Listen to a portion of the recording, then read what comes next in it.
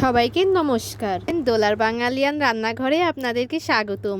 আজকে আমি ছোলার ডাল আর ডিমের অসাধারণ একটা রেসিপি দেখাবো, যা আপনারা হয়তো এর আগে খাননি, কিন্তু আমার ভিডিও দেখার পরে আপনারা খেয়ে দেখবেন। খুবই অসাধারণ এবং ফ্যান্টাস্টিক একটি রেসিপি। ছোলার ডালটা আমি প্রথমে প্রেসার কুকারে ফুটিয়ে নেব বা সিদ্ধ করে নেব। তার জন্য আমি প্রেসার কুকারের ডালগুলো দিয়ে দিলাম, আর দিয়ে দিলাম পরিমাণ মতন কাঁচা মরিচ, পরিমাণ মতো লবণ এবং পরিমাণ মতো হলুদ দিয়ে এখন আমি তেজপাতা দিয়ে নিলাম 3টা। অবশ্যই কিন্তু সয়াবিন তেল দিতে হবে অল্প পরিমাণে। এরপর আমি প্রেসার কুকারের মুখটা দিয়ে দিলাম, 3 সিটি হয়ে গেলে নামায়ে নিতে হবে। এইদিকে আমি ডিম নিয়ে নিচ্ছি, ডিমটা সুন্দরভাবে সিদ্ধ করে নিতে হবে। তার জন্য একটি হাঁড়িতে আমি ডিমটি সিদ্ধ করতে দিয়ে দিলাম পরিমাণ মতো জল দিয়ে। কে এমন খাবার এর আগে খেয়েছেন আমাকে কিন্তু জানাবেন। ডিমটা যতক্ষণ না সিদ্ধ হবে ততক্ষণ নামানো যাবে না। এইদিকে ডালটা 2 সিটি দেওয়া হয়ে গেছে, 3 সিটি যখনই দিয়ে দেবে তখনই আমি ডালটা নামিয়ে নিচ্ছি। আপনারাও কিন্তু বাসায় করতে চাইলে এইভাবে 3 সিটির পরে নামিয়ে নেবেন। এই তো ডালটা সিদ্ধ হয়ে গেছে। এইদিকে ডিমটাও সুন্দরভাবে সিদ্ধ হয়ে গেছে, ডিমের খোসাটাও ছাড়িয়ে নিয়েছি। ডিমের মধ্যে আমি দিয়ে নিয়েছি হলুদ আর স্বাদ মতো লবণ, ভালো করে মিশিয়ে নিচ্ছি। এই তো এইদিকে এখন ডিমটি আমি ভাজি করব, তার জন্য পরিমাণ মতো তেল নিয়ে নিয়েছি। এক এক করে সব ডিমগুলো দিয়ে নিলাম, ভাজাটা শুরু করে দিয়েছি। ভাজা হয়ে গেলে উঠাইয়ে নেব। এইদিকে আমি ওই ডালের মধ্যে দিয়ে নেব অনেকগুলো মশলা, পেঁয়াজ, রসুন, আদা আর জিরা বাটা। এইদিকে নিয়ে নিচ্ছি এলাচ, দারচিনি আর শুকনা মরিচ।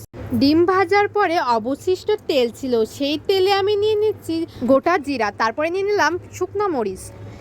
এক এক করে সবগুলো ঢেলে নিচ্ছি। এরপর ওই মশলা বাটাগুলো দিয়ে নিলাম।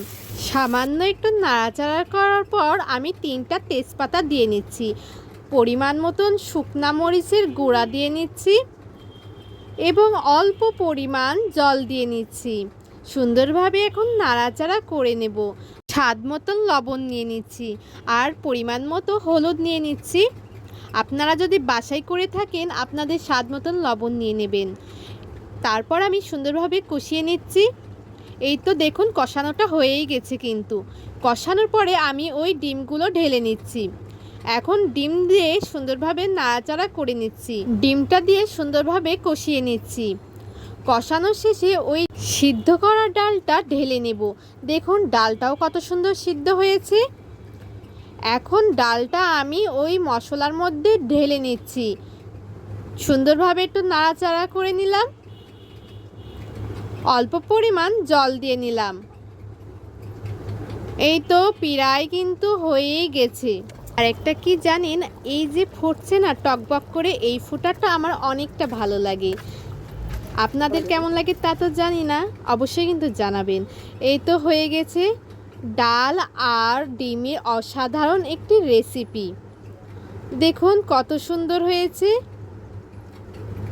এখন এটা আমি পরিবেশন করব।